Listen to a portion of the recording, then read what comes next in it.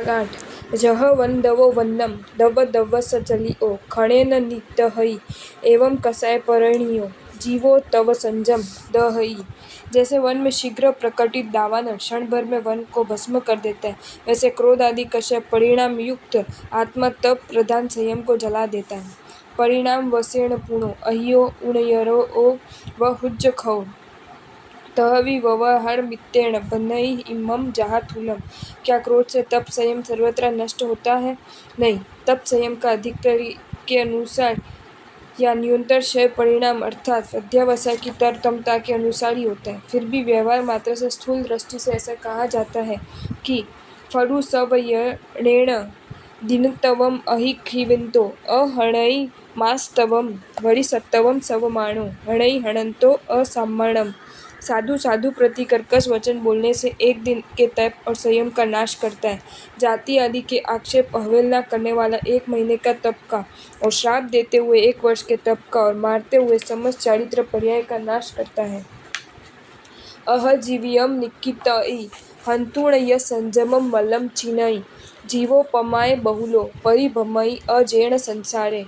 अहजीवियम निकितई हंतुणय संजमम मलम चिनई जीवोपमाय बहुलो परिभ्रमई अजेण संसारे। और जीव प्रमाद की बहुलता से जो सामने वाले के जीवितव्य का नाश करता है, तो सकल कार्य व्यापी संयम का नाश करता है। उस समय ऐसा पाप बांधता है कि जिससे वह संसार में भटकता ही रहता है। अकोसणत जंताडाणाव अवमान हीलणावय मुनिनो मुनिय परभवा दृढ़ पहाड़ी वह विसहंती। दृढ़ पहाड़ी के समान मुनिगण अपने ऊपर आक्रोश, वचन प्रहार, निर्भत्सना, रस्सी से ताड़ना, अपमान, तिरस्कार और अवहेलना को स्वभाव से सहन करते हैं, क्योंकि वह सहन न करने या हाय हाय करने में परलोक के परिणाम का ज्ञाता है। अहमाहो तीनय पड़ी हणंती सत्ताविनय पड़ी संवंती मारी जनता विजय सहंती सहस्र मल्लुव।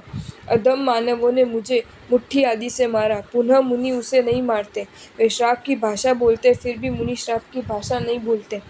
अधम जनों द्वारा मुनि जन मार खाने पर भी शांति से सहन ही करते, विपरीत दया खाते कि ये बेचारा मेरे निमित्त से दुर्गति में न जाए तो ठीक। जैसे सहस्त्र मल्ल मुनि दुर्जन मुह को दंडा वयणसरा पुव कम्मनी माया साहुन तेना लग्गा खंती फलयम वहंताणम। दुर्जन का मुख्य धनुष है, उसमें से कुवचन रूपी बाण निकले, वे मेरे पूर्वकृत कर्म से निकले, परंतु वे साधुओं को लगे नहीं, क्योंकि वे क्षमा की ढाल धारण किए हुए थे। क्षमा में ये विवेक होता है कि दुर्वचन रूपी बाण का मूल फेंकने वाले जो पूर्व कर्म, उस पर दृष्टि जाती है। पत्थरेणा हओ कीवो पत्थरम डकु मिच्चई मिगाड़ियो सरुपंती विमग्गई। अविवेका क्रोध का अवकाश है। पत्थर से मार खाने वाला कुत्ता पत्थर पर क्रोध करता है, जबकि सिंह बाण लगने पर क्रोध करता है, पर बाण पर नहीं। बाण की उत्पत्ति बाण फेंकने वाले की ओर दृष्टि ले जाता है, बाण फेंकने वाले पर आक्रमण करता है। तुह पुविम किम न कयम न बाहे जैण में सम्मत थोवी इणिहिम की कस्सव कुप्पी मुट्टी धीरा अणुप इच्छा।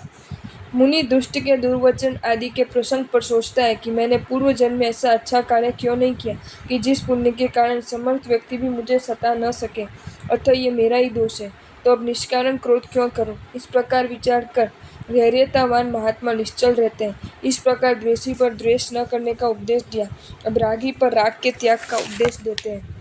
अणुरायण जैस्तवी सियाय पत्तम पिया धरावई तहवी यखंद कुमारो न बंधु पासहि पड़ी बद्धो। पिता अनुराग से मुनि पर भी सफेद छत्र धरते हैं, तो भी स्कंद कुमार स्नेह पाश में से बंधे हैं नहीं। गुरु गुरुतरो य अहि गुरो पिया माई वच्च पी य जन स्नेहो चिंतज माणु गुवली चत्तो अहि धम्म ती सिहेहि। माता पिता को, संतानों को और पत्नी बहन आदि प्रियजन का स्नेह क्रमश दुस्त्यज, विशेष दुस्त्यज और अत्यंत दुस्त्यज होता है। अति दुस्त्यज का कारण जीव को इन आत्माओं पर विशेष राग होता है। इन सभी पर के स्नेह का विचार करने पर दुखद भवों की प्राप्ति का कारण होने से अति गहन है। अतः धर्म के अतीव पिपासु आत्माओं ने उन पर का राग छोड़ दिया है। अप्रशस्त स्नेह साधु धर्म से विरुद्ध है। अमुणीय परमत्थाणम बंधु जन सिनह वैयरो होई अवगय संसार सहाव निच्छायाणम सम्मम हियाए, जिन्होंने वस्तु पदार्थ के स्वरूप को समझा नहीं, उन्हीं को स्वजन प्रति स्नेह का बंधन होता है, परंतु संसार के स्वभाव को क्षणभंगुर रूप समझने वाले का हृदय स्नेह द्वेष रहित होता है। स्वजन अनर्थकारी होने से उन पर का स्नेह व्यर्थ है। दृष्टांत रूप में माया पियाय भाया भज्जा पुत्ता सूय नियागाय इह चेव बहु विहायं करन्ति भय वेमणसाइम। माता पिता भाई भार्या पुत्र मित्र और दूसरे सगे संबंधी यहाँ ही बहुविध त्रास देते और विरोध भी करते हैं, जिसके निम्न दृष्टांत दर्शाए हैं। माया नियगम ई विगिपयम्मि अथे अपुरमाणम्मि पुत्तस्य कुणै वत्सणं चुल्लणी जह बंब दत्तस्य। माता स्वमति से चिंतन किया कार्य सिद्ध न हो तो पुत्र को आपत्ति में डाल देती है, जैसे माता चुलनी ने पुत्र ब्रह्मदत्त को विपत्ति में डाल दिया। सव्वम गोवंग विगतणाओ जगड़न विहेड़नाओ अकाशीय रजतीसियो पुत्तान किया कणय केऊ। पिता पिता कनक केतु राजा को चिरकाल की राज्य की ममता आ जाने से वह अपने पुत्रों को राज्य के अयोग्य बनाने हेतु सभी अंगोपांगों का छेदन भेदन कर पीड़ा पहुंचाता था। विसह सुहरग वासो गोरो भायवी मायर भणई ओहावियो वहत्थम जह बाहुबली से भर हवई। भाई शब्दादि सुख समृद्धि के राग की परवशता से हाथ में शस्त्र लेकर भयंकर बना हुआ भाई सगे भाई को भी मार देता है, जैसे भरत चक्रवर्ती चक्र लेकर भाई बाहुबली को मारने दौड़ा था। भज्जावी इंद्रिय विगाड़ दोष नड़िया करई पई पावम जह सो ए सिराया सूर्य कंताई तह वहियो। भार्या पत्नी भी इंद्रिय विकार के अपराध की परवशता से पति को मारने का पाप करती है, जैसे वह प्रदेशी राजा सूर्यकांता रानी के द्वारा उस प्रकार विष देकर मारा गया। सासय सुक्त तरसिनीय अंग समुभवेण प्रिय पुत्रो जहसो सेणी राया कोणीय रण्णा खयम नियो। पुत्र जैसे प्रिय पुत्र कौणिक राजा द्वारा पिता श्रेणिक राजा के अंग से उत्पन्न होने पर भी शायिक सम्यक्त्व से शाश्वत सुख की ओर प्रबल वेग से दौड़ने वाला, ऐसा भी पिता श्रैणिक मारा गया। लुब्धा सकज्ज तुरीया सुहीणो व विसीय वयंती कय कज्जा जहम चंद गुप्त गुरुना पवयो धाययो राया। मित्र लोभी और स्वार्थ साधना में उत्साही मित्रगण भी कार्य पूर्ण होने पर फिर जाते हैं, जैसे चंद्रगुप्त के गुरु चाणक्य ने नंद राजा को खत्म करने के लिए मित्र बनाए हुए म्लेच्छ राजा पर्वत का विष भोजित कन्या से विवाह करवाकर घात किया। नियय विनियय कज्जे विसन्वयन्तमि हुन्ति कर फरुसा जह राम सुभुमकौ बंभखत्तस आसिखौ।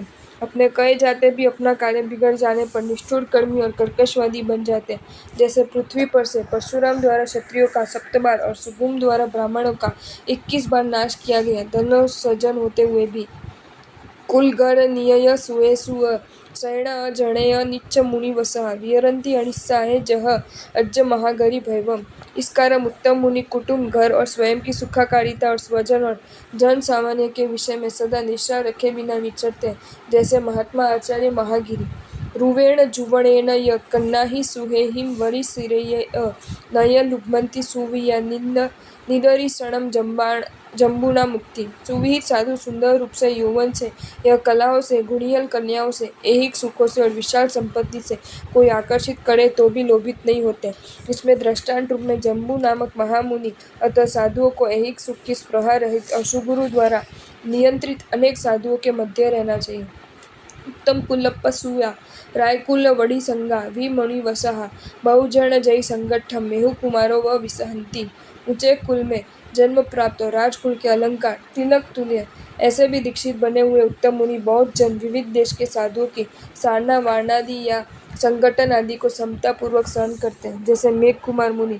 अतः गच में रहकर सहिष्णु बने, नहीं तो शुद्रता का पोषण होता है।